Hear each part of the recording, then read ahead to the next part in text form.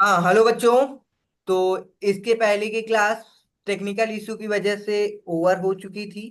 तो अभी हमने फिर से वहीं से स्टार्ट किया है।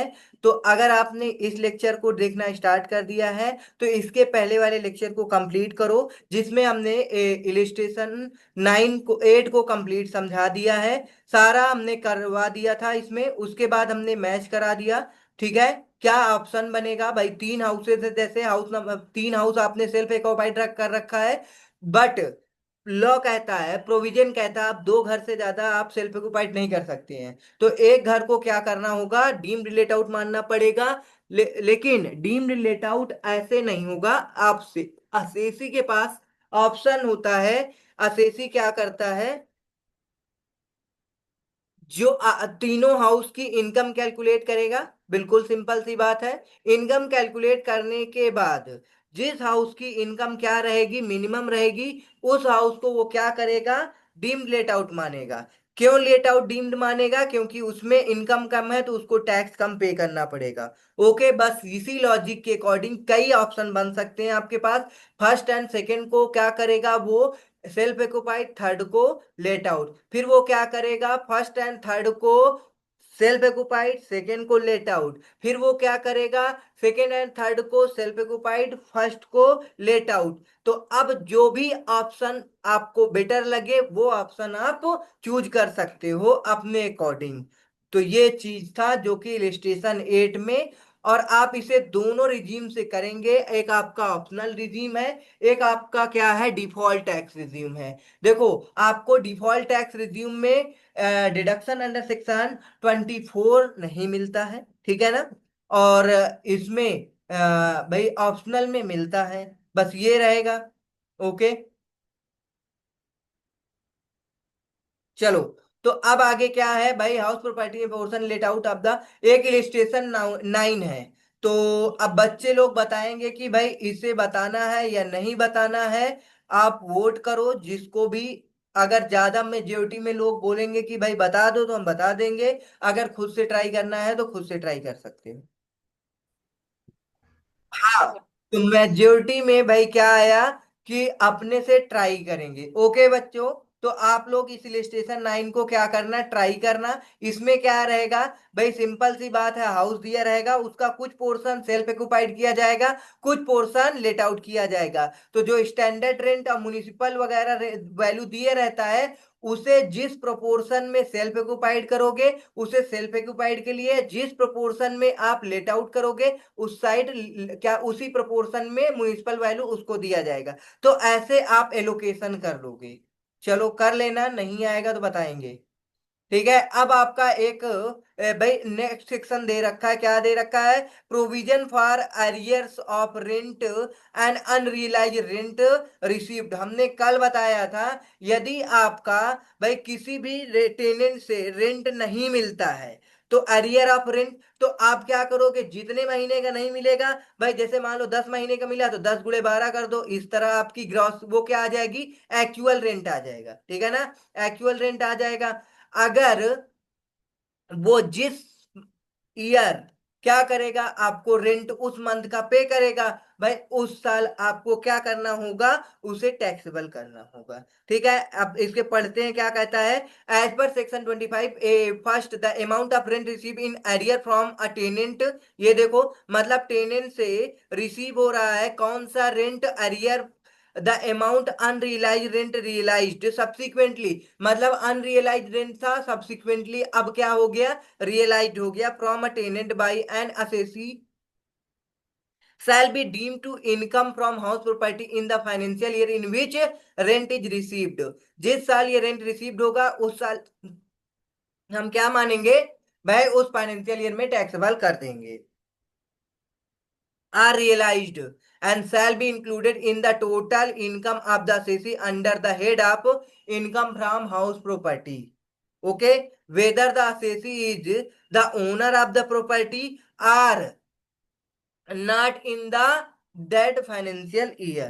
फिर सेकेंड पॉइंट है, section 25A second provides a deduction of 30% arrear of rent unrealise rent realise subsequently by the assessee. अब ध्यान से सुनो। अब आपको क्या हुआ है? सपोज पिछले साल का इस साल आपको रेंट 50,000 रुपए रिसीव हो गए, ठीक है ना। तो अब ये 50,000 रुपए में आपको 30% का डिडक्शन मिल जाएगा, ठीक है ना। तो 30% इसमें आप डिडक्शन ले लोगे, तो वही कह रहा है सेकेंड पॉइंट में, सेक्शन 25 सब क्लास ए सब सेक्शन 2 में provide deduction 30% arrears of rent.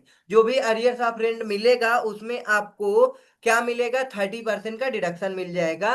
Okay, तो जिस साल रिसीव होगा उस साल। अब हम देखेंगे कि ये क्या दे रखा है समरी में। थर्ड पॉइंट में इसका फॉर्मेट दे रखा है सेक्शन 25A का, arrears are unrealised rent taxable in the year receipt are realised. ये 3 पॉइंट है, याद रखो। जिस साल आपको रिसीव होगा उस साल वो क्या होगा, टैक्सेबल होगा।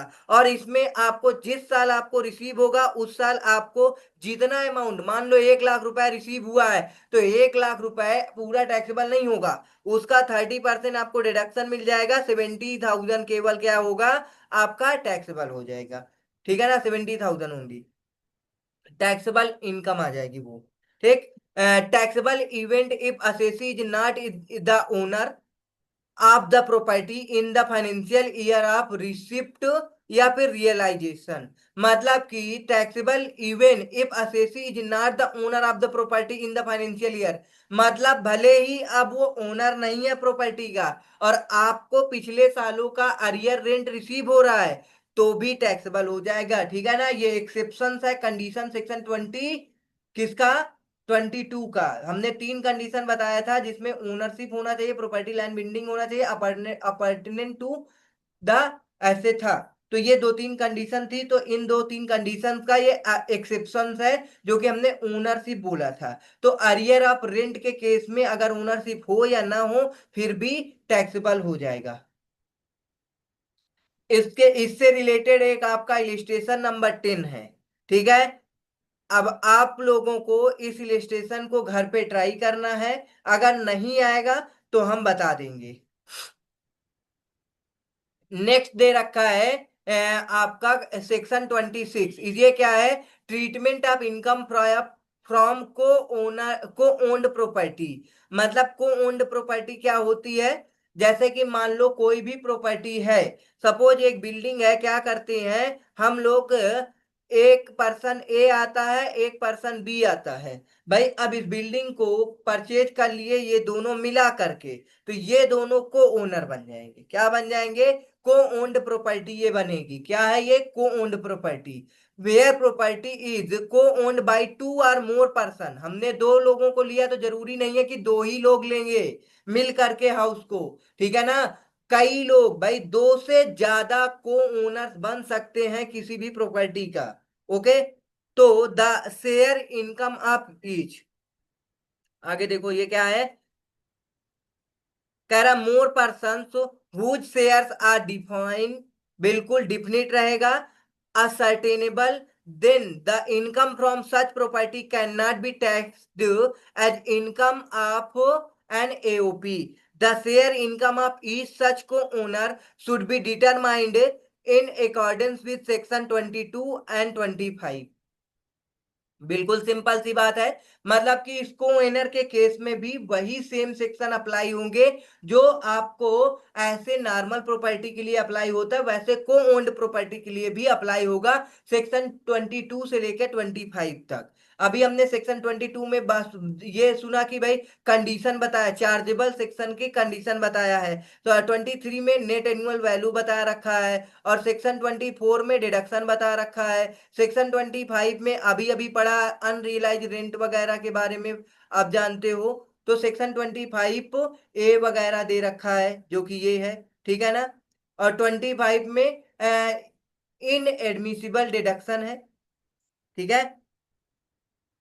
तो ये सारे सेक्शन हो गए हैं, आपका 26 बाकी है, वही हम पढ़ा रहे हैं को ओन्ड प्रॉपर्टी के बारे में, जो कि सेम सेक्शन आपके अप्लाई होंगे ये सब, whether the house owned by को ओनर इटसेल्फ, को owner bye owner itself, occupied by each of the owner co-owners, the annual value of the property of each co-owner while will be nil।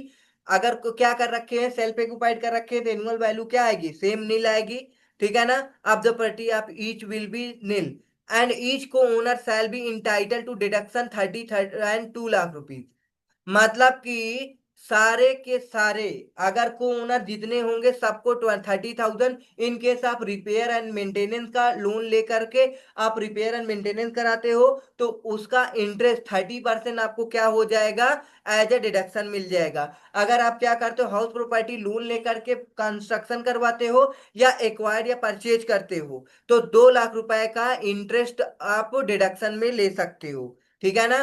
तो ये सारे को owner के लिए है। Each co owner shall be entitle to deduction of 30,000 2 lakh as the case में be under section 24B on account of interest on borrowed capital